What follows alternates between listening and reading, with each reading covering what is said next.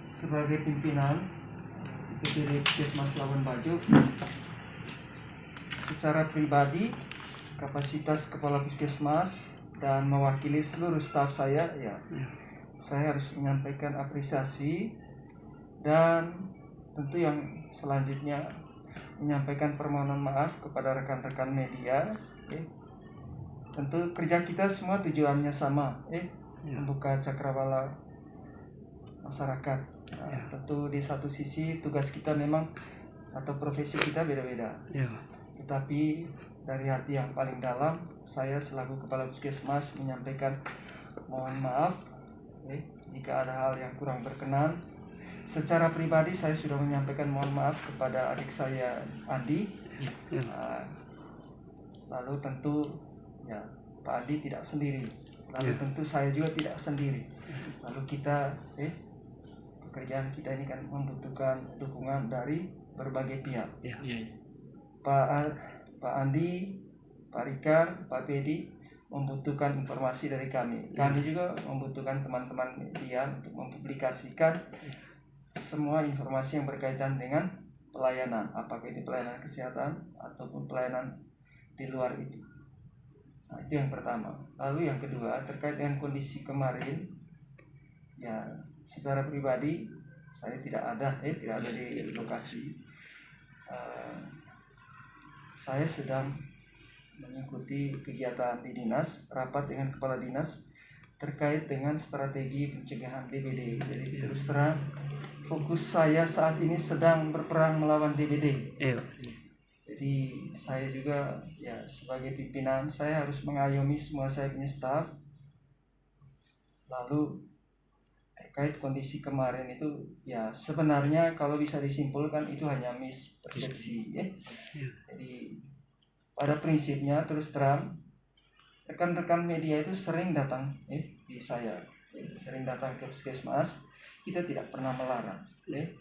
Hanya mungkin staf saya tidak mengenal rekan-rekan media, atau mungkin karena saya punya kerja ini kan dengan teman-teman ini kan fokusnya di COVID, DBD, lalu mana vaksinasi, lalu mana event terbesar ini melibatkan puskesmas saya. Tentu tensinya dari aspek itu mungkin kami juga dengan beban tugas, kami juga sebagai manusia tentu punya kelemahan, lalu mungkin ada kepanikan atau apa segala macam. Tapi pada prinsipnya Pak Rikar dan Pak Pedi dan rekan-rekan media, saya selaku kepala puskesmas sangat membuka ruang untuk meliput atau apapun pekerjaan jurnalis. Tentu kita diatur oleh ruang gerak kita masing-masing. Secara media tentu ada aturannya, secara kami pemberi layanan tentu ada aturan. Lalu kita punya masing-masing punya kode etik. Dari media dia punya kode etik, tentu kami dari tenaga kesehatan punya kode etik. Mungkin kita sama-sama menjaga kode etik. Dari kesimpulan saya, kondisi kemarin itu yang terjadi itu mungkin kita hanya kesalahan sedikit, kesalahan komunikasi. Sebenarnya tidak ada niat dari rekan-rekan saya atau staf saya untuk tidak meliput atau apapun yang berkaitan dengan pekerjaan jurnalis. Tapi begini Pak, benar peristiwa itu terjadi Pak? Peristiwa maksudnya yang dimana ada perkelahian antara dua pegawai. Terkait itu Pak Rikard dan Pak Pedi, sebenarnya bukan perkelahian. Jadi kondisinya waktu itu begini. Jadi staf saya ini adu argumentasi. Jadi adu argumentasi ini masih berkaitan dengan tugas dan tanggung jawab mereka masing-masing. Jadi hanya untuk meluruskan dan tentu tujuan dari tugas mereka ini kan untuk pelayanan kepada masyarakat. Jadi ini berkaitan dengan pelayanan 24 jam. Nah, teman-teman ini kan berharap semua kita punya kendaraan itu harus bekerja ready. Nah, diskusinya di sana. Lalu hanya ada adu argumentasi. Jadi untuk adu fisik tidak ada. Tidak ada. Itu Itu yang terjadi. Oke, Tidak Pak. ada. Melihat langkah yang diambil oleh saudara Andi, Pak, sikap ataupun tindakan yang dilakukan oleh lembaga ini seperti apa, Pak? Eh, yang diambil oleh saya tahu itu kewenangan Pak Andi. Ya, Ya kita ikuti saja, Ikuti saja. ikuti saja. Tapi secara pribadi ya, dan kapasitas saya selaku kepala puskesmas, ya saya harus menyampaikan permohonan maaf kepada media jika ada hanya miskomunikasi miskomunikasi. atau mispersepsi.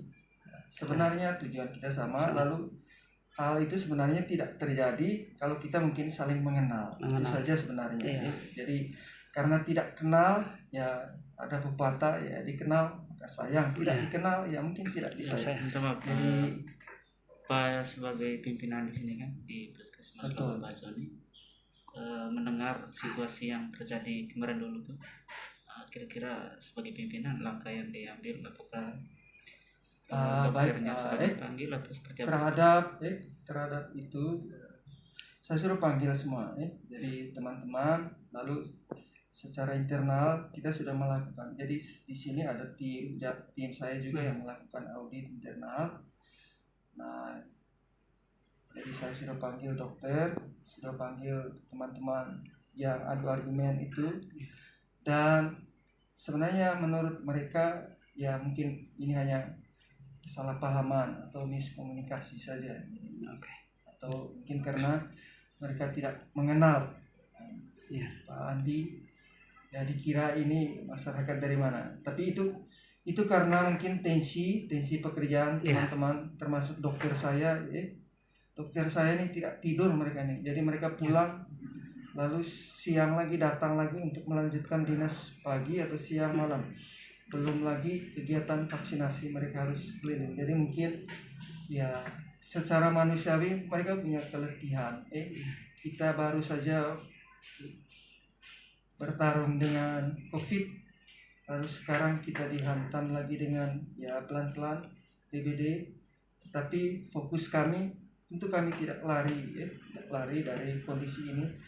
Kami bersedia memerangi DBD, memerangi COVID, tentu dengan kapasitas kami sebagai tenaga kesehatan. Jadi saya hanya berharap dukungan rekan-rekan media terhadap publikasi berkaitan dengan konsep dan strategi kami di Puskesmas Labuan Bajo ini yang berhubungan dengan upaya pencegahan COVID-19, DBD, lalu dengan pelaksanaan vaksinasi, lalu event yang paling besar sekarang ini kan saya harus membagi tenaga saya dengan kegiatan event besarnya Polwan ini, Ikatan Polwan seluruh dunia.